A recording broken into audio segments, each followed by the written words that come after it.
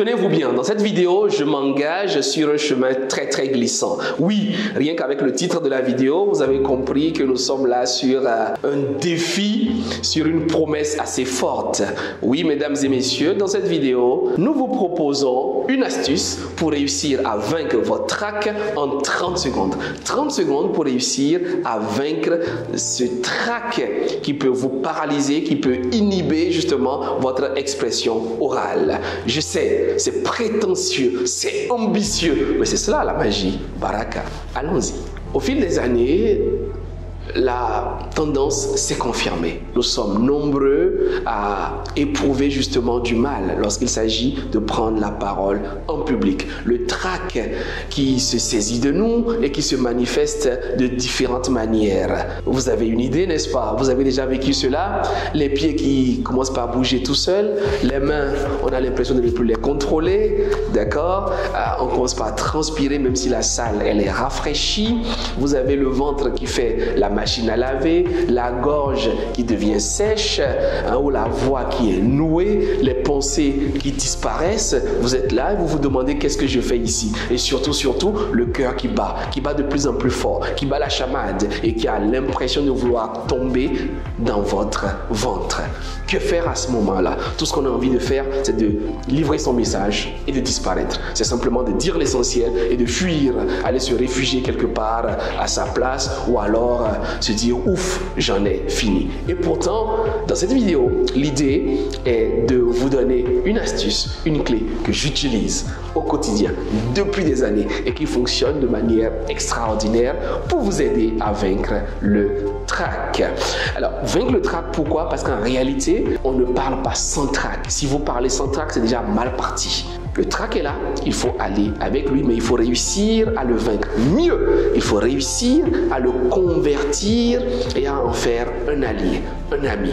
Et grâce à lui, vous êtes donc capable d'avoir plus d'énergie, plus d'enthousiasme. Parce qu'en réalité, in fine, le trac, justement, c'est une énergie. Et cette énergie, bien utilisée, bien canalisée, elle vous permet de pouvoir mieux transmettre votre message. Mais si vous ne l'utilisez pas, c'est donc cette énergie qui vous utilise et qui vient vous paralyser et vous empêcher de briller à l'oral. Quelle est cette astuce? Lorsque vous parlez désormais, lorsque vous préparez une intervention ou lorsque vous êtes lancé dans votre intervention et que vous ressentez désormais, que vous percevez les symptômes et les manifestations du trac, désormais appliquez la respiration. Mais la respiration consciente, la respiration qui vient du ventre. C'est cette respiration qui vous permet justement en quelques secondes de retrouver vos esprits, de vous calmer à nouveau et de pouvoir poursuivre votre discours. En réalité, l'une des manifestations profondes du trac qui nous emmène à ne pas être en mesure de délivrer efficacement notre message, c'est le rythme cardiaque qui s'accélère. C'est justement le fait qu'on commence par parler comme un enfant qui est énervé, qui est fâché, qui bloque. Papa, je dois... Vous voyez? Pourquoi? Parce qu'en réalité, on ne respire plus correctement. On respire justement au niveau de la poitrine.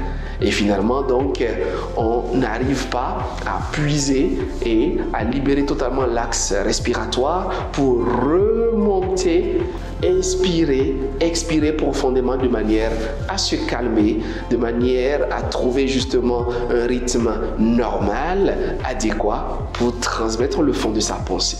Du coup, qu'est-ce qu'il faut faire lorsque vous ressentez ce rythme cardiaque-là, lorsque vous êtes victime du trac, si on peut ainsi s'exprimer? L'idée, c'est tout de suite de remarquer cela, de le réaliser et d'aller chercher votre arme secrète qui va être désormais la respiration consciente. Qu'est-ce que j'entends par la respiration consciente? C'est donc tout de suite réguler votre respiration. C'est retrouver justement votre respiration normale, la respiration du bébé, la respiration du petit enfant, où vous voyez le ventre prendre du volume et tout doucement reprendre sa position normale. Donc, qu'est-ce que vous faites lorsque vous parlez ou juste avant? Vous faites en sorte d'inspirer profondément et d'expirer lentement. Inspirez profondément, expirez lentement. Vous avez peut-être l'impression que ce n'est pas évident quand on parle et pourtant c'est ce qu'il faut faire parce que la voix se transmet en phase d'expiration. Donc en réalité, quand on parle, il faut respirer. Et il faut respirer profondément. Autrement, ça ressemble à ceci. Bonjour, je suis, je m'appelle, c'est-à-dire aujourd'hui, je vais et vous partez. Et quand vous vous asseyez, c'est là où vous respirez profondément en faisant... Ce qui signifie que pendant que vous preniez la parole, vous n'aviez pas pleinement respiré. C'est pour cela justement que vous avez parlé quasiment en apnée et quand vous repartez, vous faites comme lorsqu'on sort de la piscine, ce qui n'est pas naturellement à faire, ce qui n'est pas à votre avantage. Du coup, lorsque vous parlez, ou bien avant déjà, gagneriez à inspirer. Donc, inspirez profondément par le nez, laissez le ventre se gonfler et expirez lentement par la bouche, comme si vous souffliez sur une bougie. On y va, c'est parti, vous voulez faire l'essai, position assise, ou levez-vous s'il vous plaît, et puis vous inspirez profondément par le nez et vous expirez lentement par la bouche. On inspire profondément par le nez et on expire lentement par la bouche. Ça ressemble donc à ceci. Et si vous le faites bien, vous sentirez justement votre corps s'apaiser. Vous sentirez justement une impression de tranquillité, de bien-être qui s'empare de vous. Et quand vous le faites avant, vous êtes beaucoup plus à l'aise. Et quand vous êtes en train de parler, quand vous vous exprimez et que vous sentez le trac, à ce moment, effectivement, il faut également inspirer. Voilà, en public, mais de façon élégante, sans que les gens ne s'en rendent compte, vous pouvez le faire discrètement.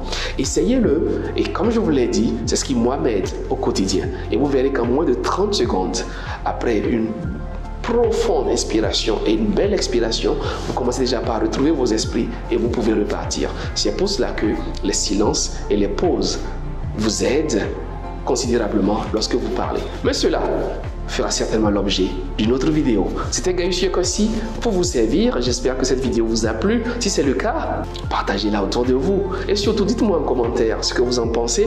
Et dites-moi si vous souhaitez que nous puissions aborder un sujet en particulier dans une de nos prochaines vidéos. À très bientôt. À vous, chers Baraké, et que votre parole puisse vous aider à ouvrir la voie et à briller de mille feux. À très bientôt.